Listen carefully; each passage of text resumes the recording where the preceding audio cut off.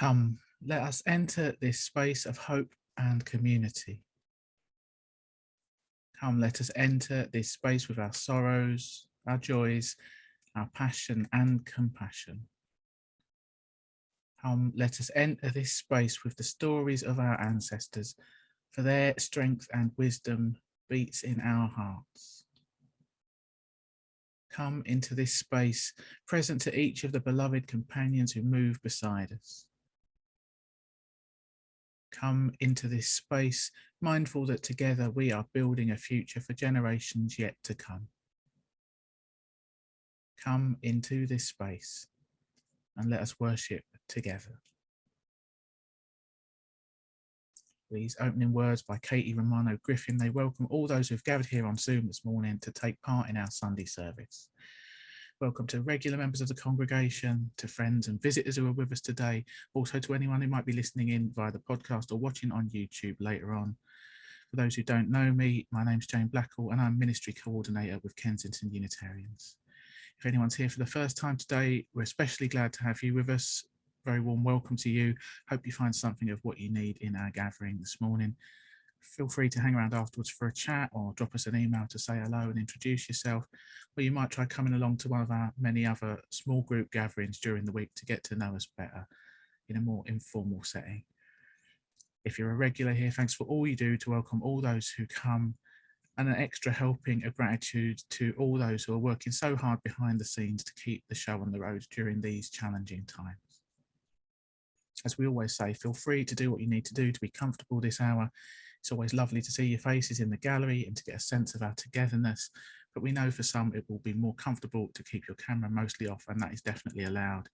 There'll be chances to join in as we go along, but no compulsion. You can definitely lurk with our blessing. And if you want to get in touch later on, you know how to do that. This morning's service is titled Excess Baggage. In Friday's email, I said we'd be reflecting on the baggage we might be carrying from our previous experiences of organised religion and the ways in which it might be influencing, perhaps curbing, our ongoing spiritual journey, whether we like it or not. In fact, I've now realised this is such a potentially enormous subject that we're going to need several services to tackle it. So perhaps you can think of this as the first in a short mini-series. Today we're just setting the scene, and I've invited a friend and colleague, Reverend Robin Hanford, to help us get the ball rolling this morning. Before we go any further though, I'm going to light our chalice as I do each time we gather. This simple ritual connects us with Unitarians and Unitarian Universalists the world over, and it reminds us of the proudly progressive religious tradition of which this gathering is part.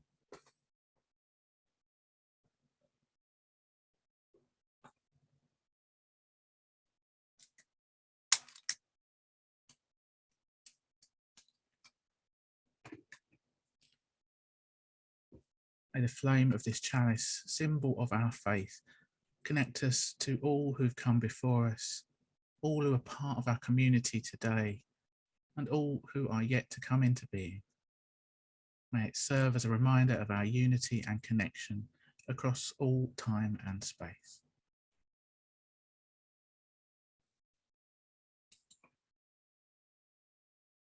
So let's take a little moment to think of all those joys and concerns, spoken and unspoken, all those little windows into our shared human condition and the life of the world. Let's take them into an extended time of prayer and reflection now. This is based on words by Krista Taves. You might want to get comfortable first. You might want to close your eyes, focus on a candle. Perhaps there's a posture that will make you feel more prayerful, whatever works for you, whatever helps you get into the right state of body and mind for us to pray together and to be fully present in this time and space we have made sacred.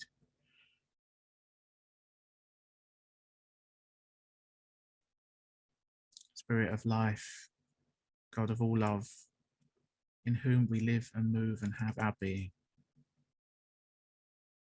As we turn our attention now to the depths of this life, the cosmic mystery and wisdom that abides in all that is, we tune into your presence within us and amongst us.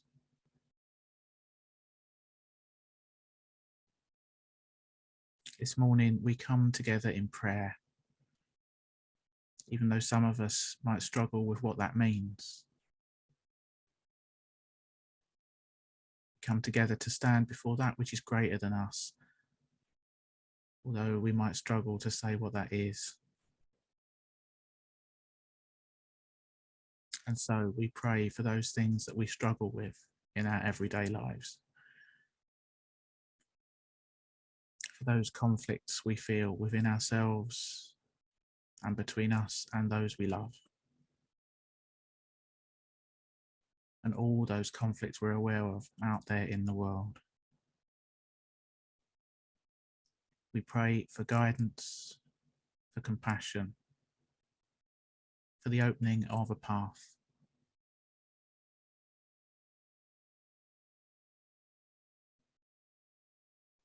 We pray too for those things that give us joy and hope each day, those things we trust in, believe in, might make sacrifices for.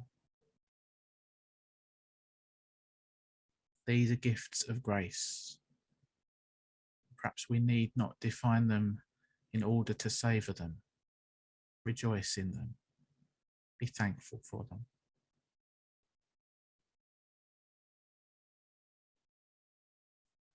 We gather here this morning with all kinds of needs. Some face health problems and are in need of physical healing.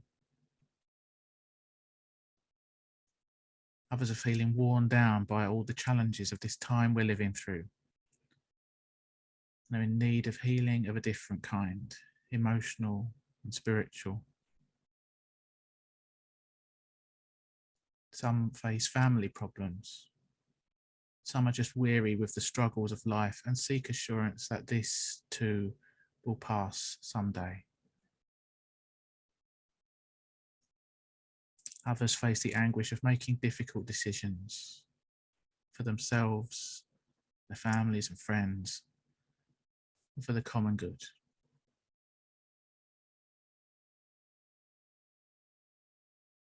For each of us, we speak the deepest prayers of our hearts in different ways, knowing that what it means for them to be answers will look different, feel different for each of us. So may we somehow this morning be met at the point of our differences and also in the places that we are one, all of the same breath of life that courses through all living things.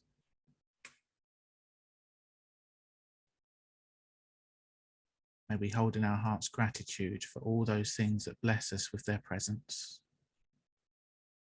Forgiveness for the ways in which we've turned from those blessings. And the willingness to open ourselves anew to this beautiful and hurting world.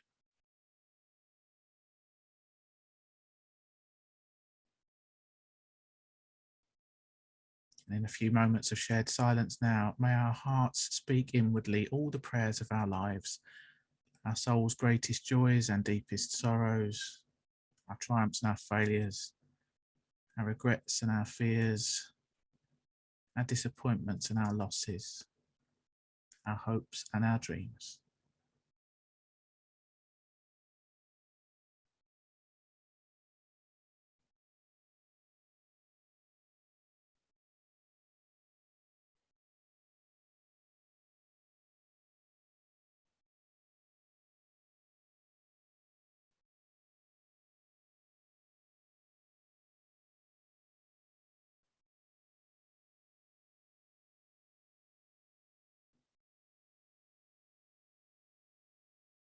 Spirit of life, God of all love, as this time of prayer comes to a close, we offer up our joys and our concerns, our hopes and our fears, our beauty and our brokenness, and we call on you for insight, healing and renewal.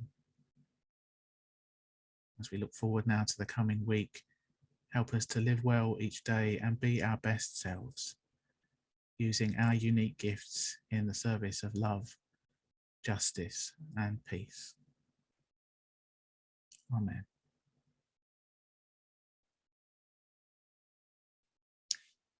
It's time now to sing together. Our first hymn is an old favourite, When Our Heart is in a Holy Place, sung for us by the Unitarian Music Society. The words will appear on your screen so you can sing along.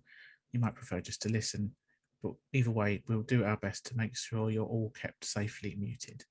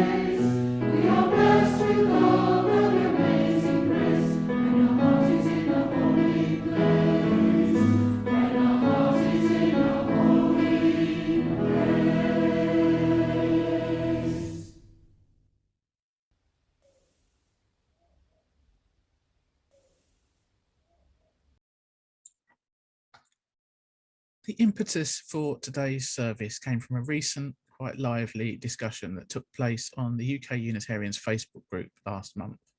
65 comments and counting as of last night. Judy Jerome, who is known to one or two of you, a Unitarian who lived in London until she moved overseas about 13 years ago, she posted in the group to say she'd noticed from afar the increasing numbers of Unitarian ministers over here in the UK were now choosing to wear dog collars, traditional clerical wear, and she wanted to know why. I think it's fair to say this was asked with a sense of it being something she didn't really approve of. And certainly from the responses, dog collars did seem to be something that stirred up strong opinions more generally. My ministry tutor, and Howe, reckons it's about 50-50 nowadays amongst Unitarian ministers in the UK, it's those that do wear them and those that don't. And my perception too is that it is on the rise. But some people really don't like it. Indeed, some reactions against this sort of clerical wear in Unitarianism are so strong and apparently entrenched that it seems to me that they might be coming from a place that is somewhere beyond strictly reasoned objection to the practice. So I invited my friend and colleague, Reverend Robin Hanford, who made an excellent contribution to the discussion of dog collars on Facebook, to say a few words on the subject, both to tell us why he, as a freshly minted Unitarian minister, goes in for clerical wear in quite a big way, but also to air and address some of the common critiques of it that came up in that Facebook discussion. When I say Robin said a few words, he said quite a few words. Once he got going, there was no stopping him. It's one of his favourite subjects. So I'm going to play an abridged version later in the service where the sermon would usually go. I think it's well worth a listen for a perspective you perhaps wouldn't otherwise hear, probably not from me. You see no dog collar here this morning. But you might be surprised by some of the reasons he gives in favour of wearing it and or the whole shebang. However, this service is not primarily about fashion choices for the modern minister, you'll be pleased to hear. But I wanted to raise it as a talking point that's live and current in the wider Unitarian community, and one which might help us to start thinking more broadly about an issue, a pattern, a phenomenon, which we Unitarians seem to run into all too frequently. I wonder if this business with the dog collars is an instance and an illustration of our tendency to sometimes get too caught up in our own religious baggage. The dog collar discussion made me think about how we Unitarians individually and collectively tend to engage with all those things which we might consider the trappings of more traditional religion, especially those things we might associate with more mainstream Christian churches. I'd say that we Unitarians can sometimes be a little bit reactive around them, a bit wary, a bit suspicious, in a way that often seems to stem from negative associations with our experiences of institutional religion in the past. If we associate religious symbols, religious attire, or certain aspects of religious language with churches that rejected us, or treated us badly, or promoted views we found unconscionable, or required us to turn off our critical faculties, well, it's quite understandable that we should have a bit of residual aversion to anything that reminds us of that. They might remind us of precisely what we came to Unitarianism to get away from. In short, many Unitarians are carrying some pretty heavy baggage around religious matters, and I should say I'm not really taking that lightly. For some of us, that may amount to actual trauma. But I wonder, what is the cost to us, individually and collectively, of lugging all this heavy baggage around with us?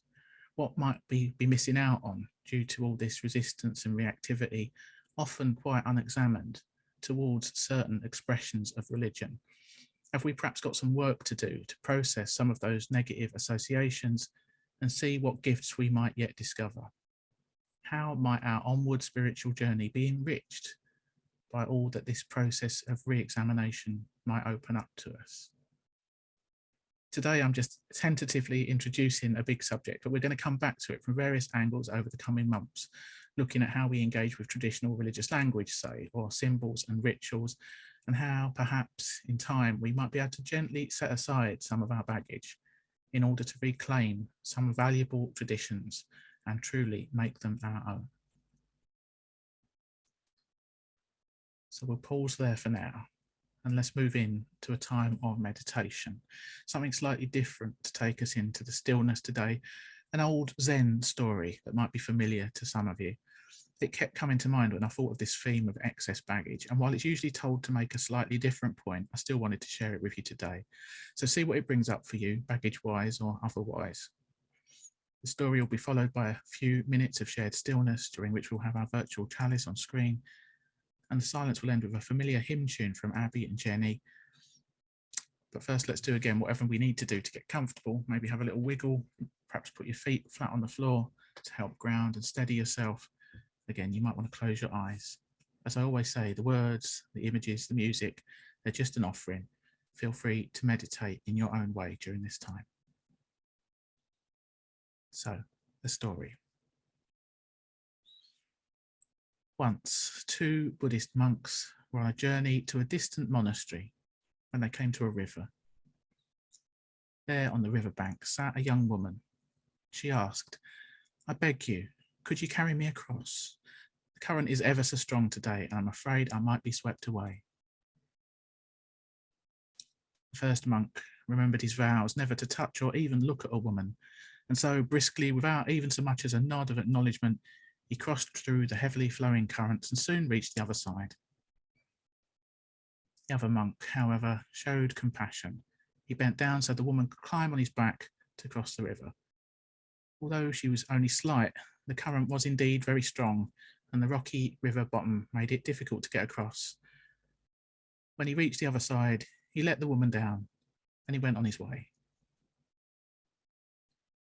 Some hours later, having journeyed a long way down the dusty road in silence, the first monk could no longer contain his anger at the second one for breaking their vows. He suddenly blurted out, "How could you carry that woman? How could you even look at her? How could you touch her? You've put our reputation at stake." The other monk looked at his companion and smiled as he replied, "I put that woman down way back there at the riverbank, but I see that you're still carrying her."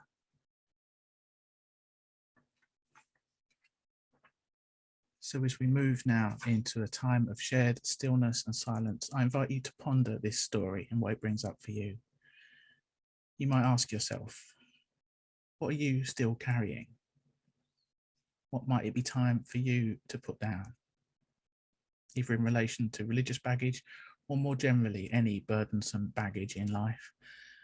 Are there long-standing habits of thought, reactivity, aversion, which might be holding you back in some way, even limiting your true freedom, perhaps? What are you still carrying? What might it be time to lay down?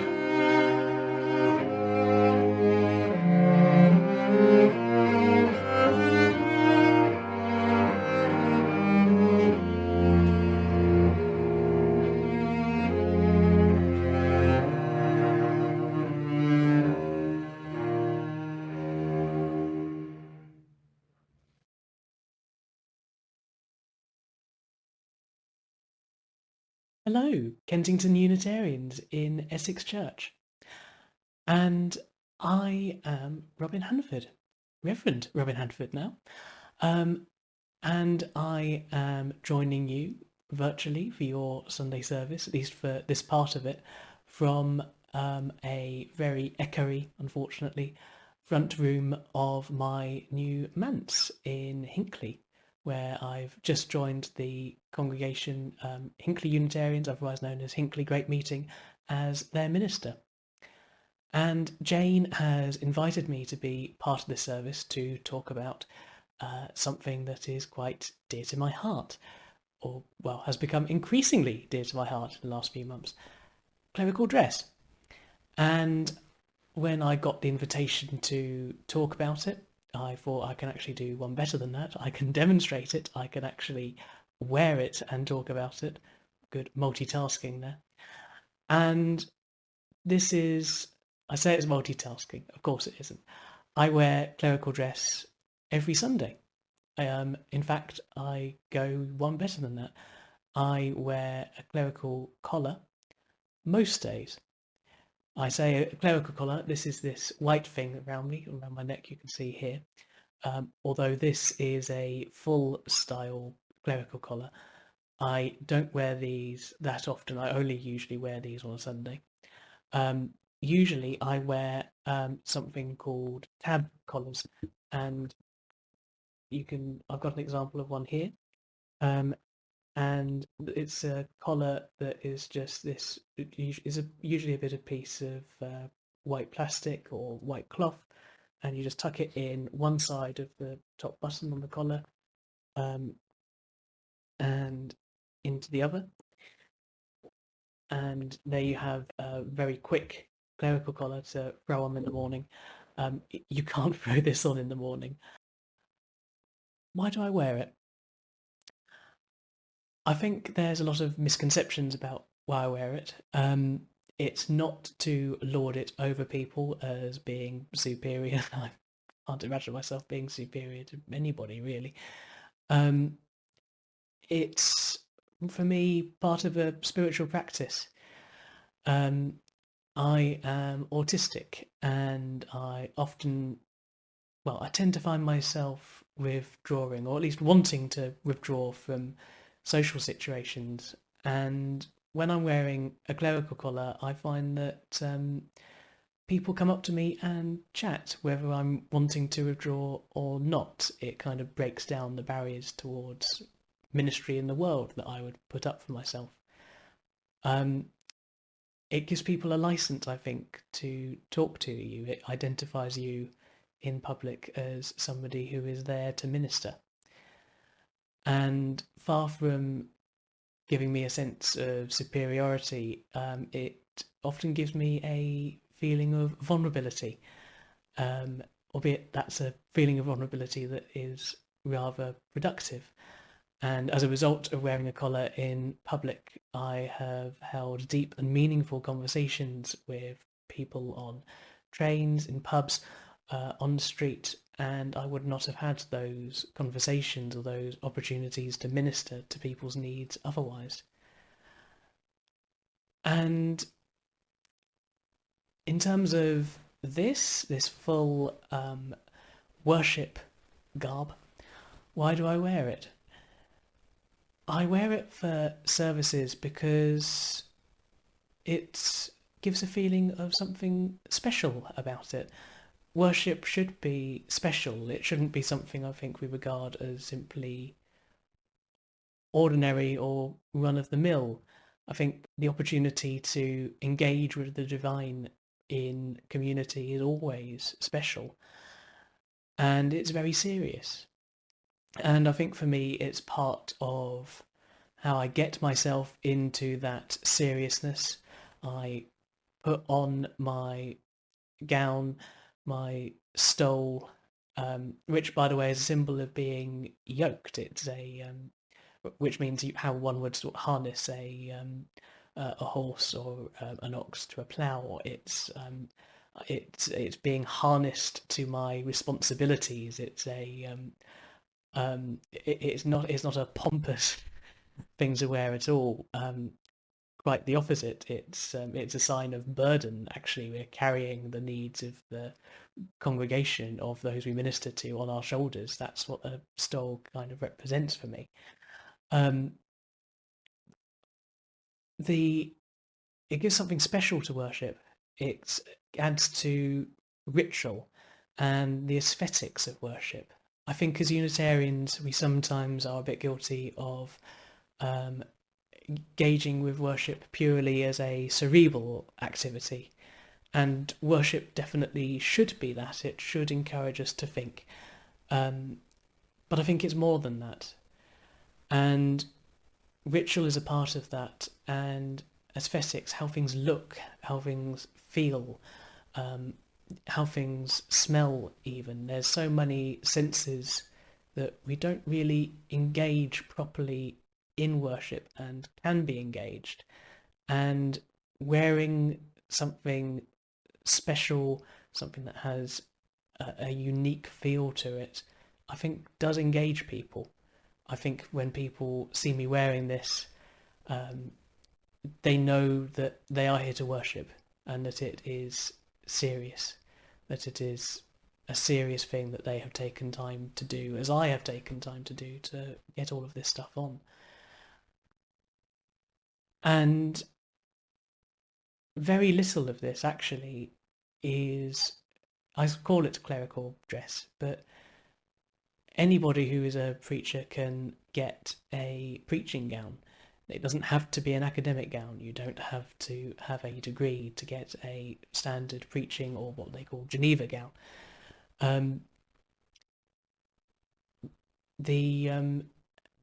I've seen some lay people wear stoles. Personally, I'm not a fan of that because I think it represents that responsibility that ministers have. But some ministers do allow lay people in their congregation to wear stoles, and if that's the case, I don't have much of a problem with that.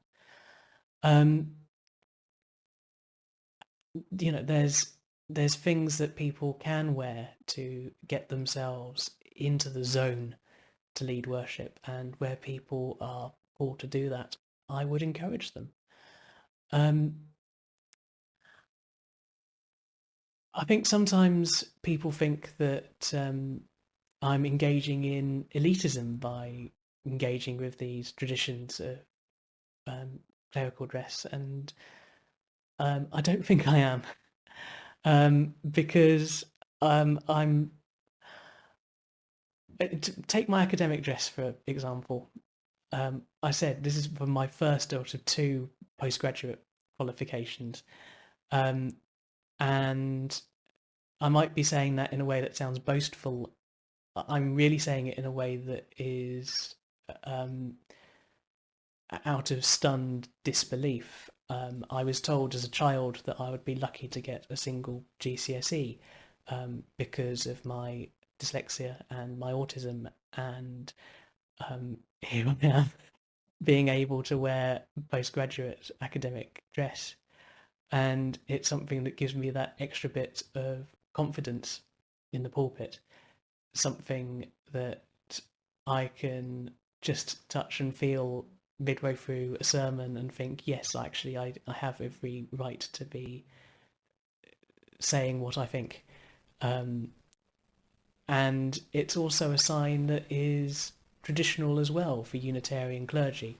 Unitarians have valued the transformative power of education.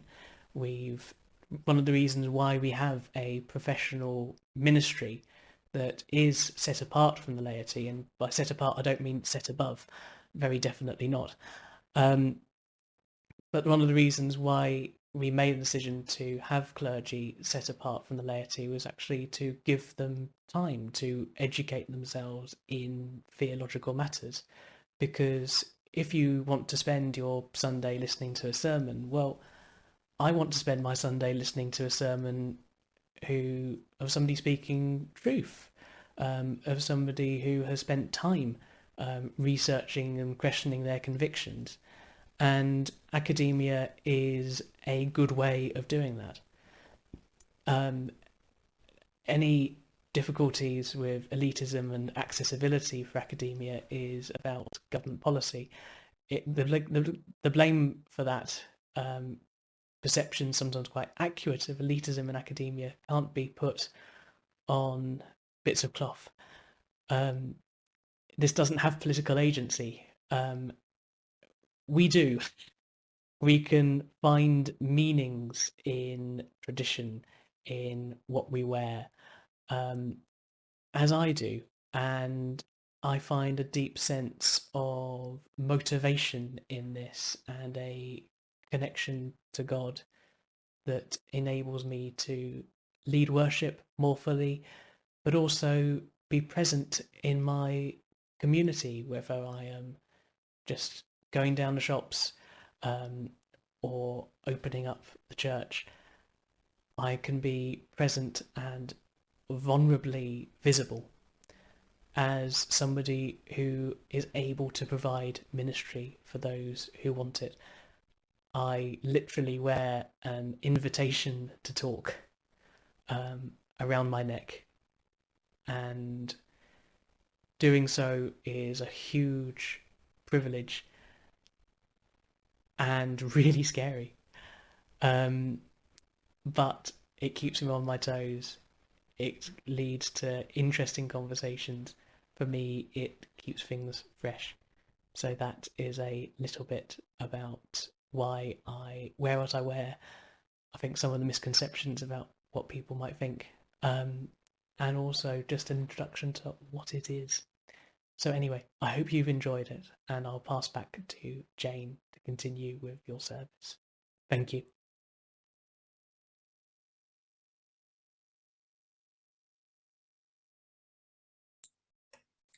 Well, thanks to Robin for sharing his love of clerical wear with us, and also for explaining his own very particular and personal take on how it enables him to connect more deeply with his purpose and with people out and about on the streets of Hinckley, helping him to do his ministry out in the world.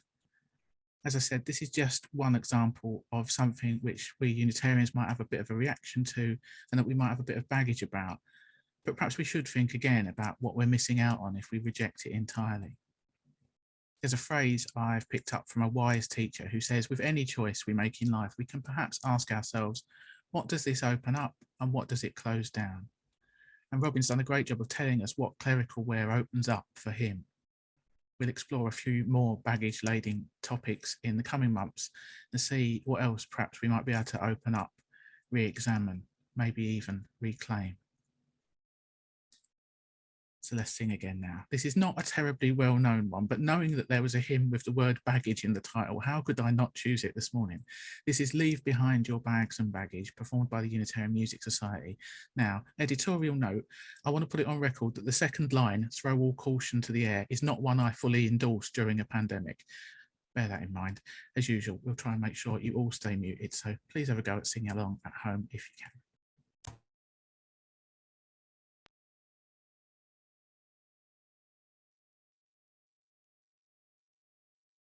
Thank you.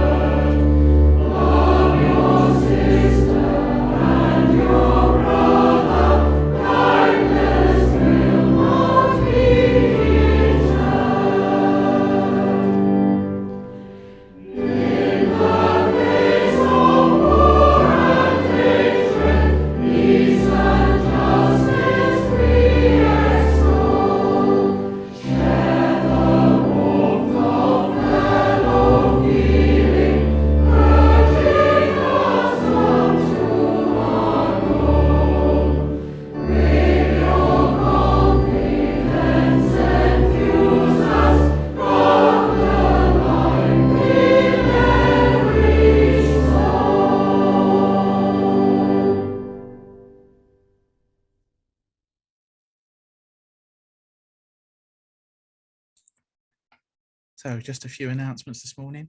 Thanks, of course, to Robin for his reflection, to Abby and Jenny for our really lovely music today, to Janine for co-hosting. We're going to have virtual coffee time after the service as usual, so feel free to stay and chat if you'd like. If that's not your thing, as I said at the start, do get in touch via email if you'd like to say hello or come along to one of our other many events. If you can bear to hang around, we like to take a group photo after the closing music. Our online programme continues. We have coffee morning as usual at 10:30 on Tuesday. There are still a few spaces left for our heart and soul spiritual gatherings on the theme of learning. Even if you've never been before, it's never too late to start. That's a particularly good place to get to know people. There's one at 7 o'clock tonight and one on Friday. This congregation very much has a life beyond Sunday morning, so we encourage you to keep in touch with each other, drop each other a line. Let's look out for each other as best we can. Next Sunday morning, we'll be back on Zoom at 10:30 as usual, when our very own David Carter will be co-leading a service on feminine images of God, something to look forward to there. And there'll be an online gathering of the West London Green Spirit Group for IMOC on the 1st of February. I think that's at 7 o'clock. More information next week. If you fancy an in-person gathering, there'll be a new addition to our programme. Next Sunday afternoon at 1, Heidi Ferrid and John Hands are offering music and meditation over at the church. And we're planning another Sunday morning hybrid service on the 13th of February. So save the date for that and cross your fingers that our installation of the new sound system goes well this week. Quite a lot hinging on that. So we've just got our closing words and closing music now. I invite you once again to select gallery view so that we can all see each other and get a sense of our community. We close.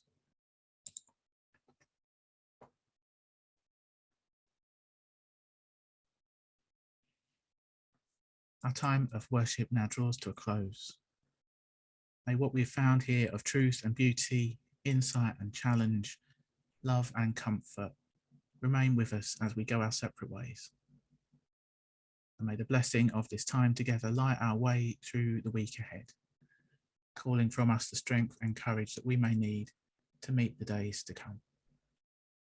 Amen.